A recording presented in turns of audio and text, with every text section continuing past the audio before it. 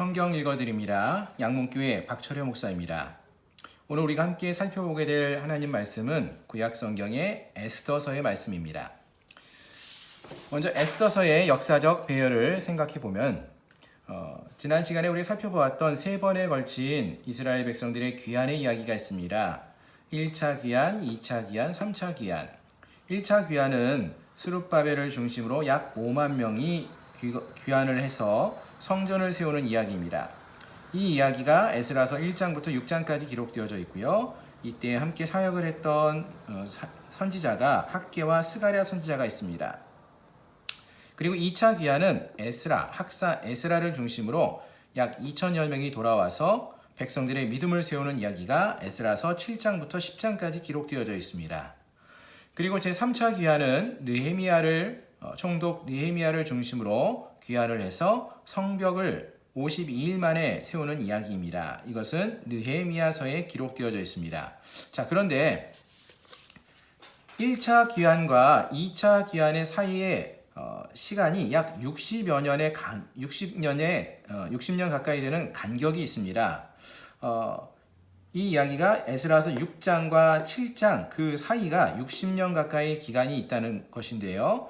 이때에 또 다른 하나의 인물, 에스더라는 인물이 등장을 합니다. 이 에스더는 죽을 뻔한 유대 민족을, 말살될 뻔한 유다 민족을 구원하는 이야기입니다. 그 이야기가 에스더서에 기록되어져 있습니다. 자, 우리가 잘 아시는 대로 성경은 에스라서 그리고 느헤미야서 그 뒤에 에스더서가 편집되어져 있지만 실상은 역사적으로 보았을 때는 에스라 등장하기 이전에 에스더가 먼저 역사적으로 존재하고 있었다. 즉 스룹바벨과 에스더를 거쳐서 에스라, 느헤미야 순으로 역사가 흐르고 있다라는 것입니다. 포로기 이후에 이스라엘 역사를 다시 한번 살펴보면은요. 예루살렘의 멸망이 BC 586년, 기원전 586년경에 있었습니다.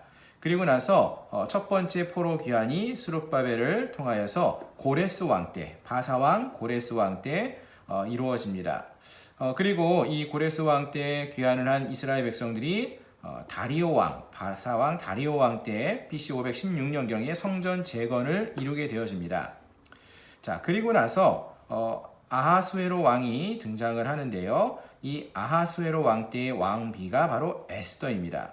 그리고 2차 포로 귀환이 있습니다. 2차 포로 귀환은 앞에서 살펴본 대로 에스라가 아닥사스 왕 7년경에 귀환을 하게 됩니다. 그 뒤에 약 13년 뒤에 같은 왕 아닥사스다 왕 20년에 느헤미야가 3차 포로 귀환을 하게 되는 것입니다. 자, 이 아닥사스다와 아하수에로는 어떠한 관계냐? 아하수에로의 아들이 아닥사스다 왕입니다. 그래서 에스라와 느헤미야 역사적으로 그 이전에 에스더가 존재하고 있었다라는 것을 우리가 확인해 볼 수 있습니다. 지도를 통해서 다시 한번 살펴보면은요. 1차 귀환 스룹바벨은 바벨론 땅에 머물고 있었던 이스라엘 백성들이 약 5만여 명이 이 통로를 통해서 스룹바벨이 귀환을 하게 되었고요. 그리고 에스라와 느헤미야는 수산성이 있었는데요. 바로 이곳에 에스더도 머물고 있었다라는 것 우리가 생각해 볼 수 있습니다. 바사의 수산성입니다. 에스더서의 구조를 단락별로 생각해 보면은 1장 1절부터 2장 18절까지 여기에서는 아하수에로가 펼치는 두 번의 잔치 이야기가 나옵니다.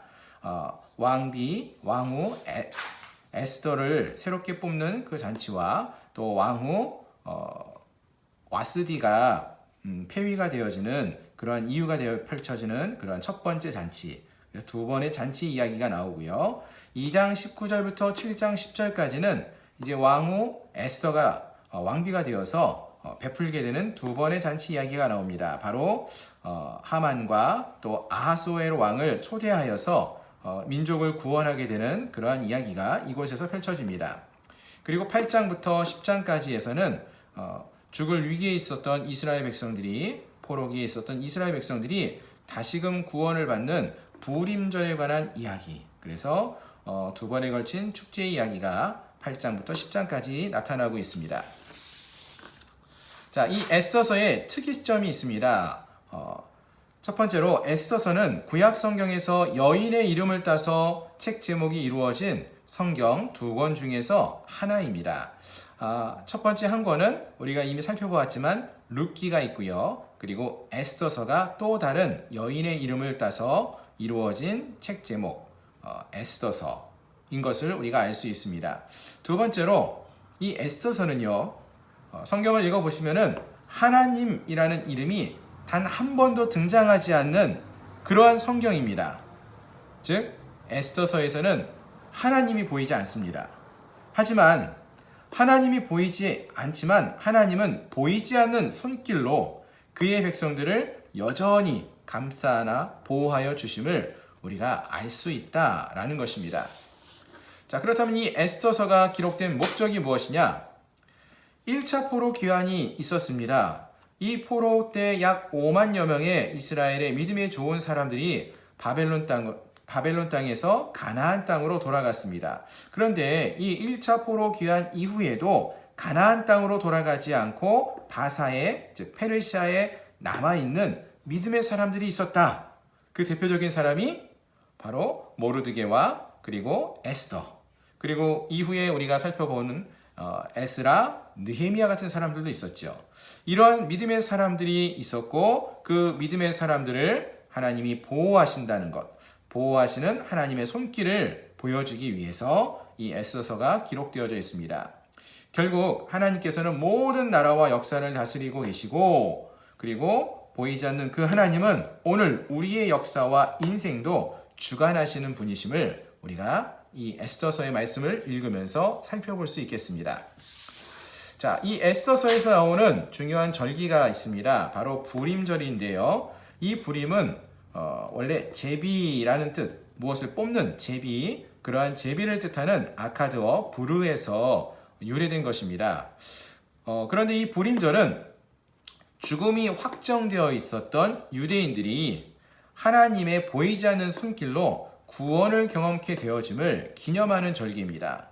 죽음이 확정되어 있었습니다. 하만을 통하여서 아말렉 후손이었던 아각 사람 하만을 통하여서 죽음이 확정되어 있었던 유대인들이었는데, 이들이 하나님의 보이지 않는 손길로 구원을 경험하며 다시 살아남을 기뻐하며 지키는 절기가 부림절입니다. 그렇다면 오늘 우리는 어떻습니까? 우리도 역시 죽음이 확정되어 있었던 그러한 죄인들이었습니다.